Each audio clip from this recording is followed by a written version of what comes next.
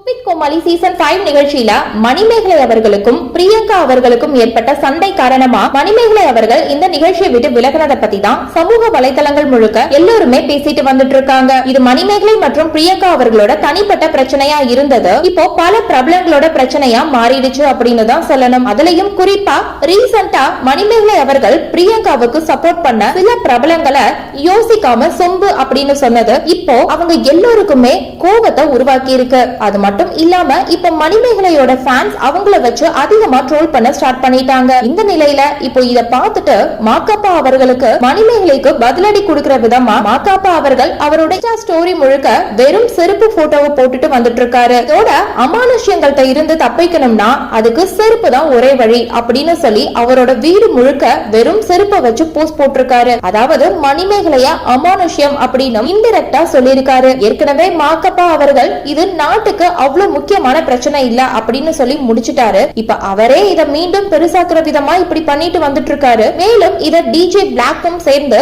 இப்ப பண்ணிட்டு வராரு. இதனால இப்போது சண்டையானது ரொம்பவே அதிகமா ஆகிட்டு வந்துட்டு இருக்கு அப்படின்னு தான் சொல்லியே ஆகணும். அது மட்டும் இல்லாம இது மணிமேகலை பிரியங்கா சண்டையா தொடங்கினது இப்போ எதை நோக்கி போகுதுன்னே தெரியல. ஆளாளுக்கு மணிமேகலை அவர்களை தாக்கி பேசிட்டு வராங்க. அதுக்கு ஏத்த மாதிரி மணிமேகலைக்கும் மோசமான ட்ரோல்ஸ் பண்ணி பேசிட்டு இருக்காங்க. இது இப்படியே போனா எங்க போய் முடிய போகுதுன்னே தெரியல அப்படின்னு காமன் ஆடியன்ஸ் சோகத்துல இருந்துட்டு இருக்காங்க. சோ இந்த வீடியோவை பார்த்துட்டு இருக்க நீங்க மாக்காப்பா அவர்கள் இப்போ மணிமேகலையை பத்தி சொல்லியிருக்க இந்த விஷயத்தை பார்த்துட்டு நீங்க என்ன நினைக்கிறீங்க அப்படின்னு உங்களுடைய கருத்துக்களை கீழே உள்ள கமெண்ட் செக்ஷன்ல ஷேர் பண்ணுங்க. மேலும் இது போன்ற பல முக்கியமான செய்திகளை தெரிஞ்சுக்க நம்ம சேனலை மறக்காம சப்ஸ்கிரைப் பண்ணுங்க.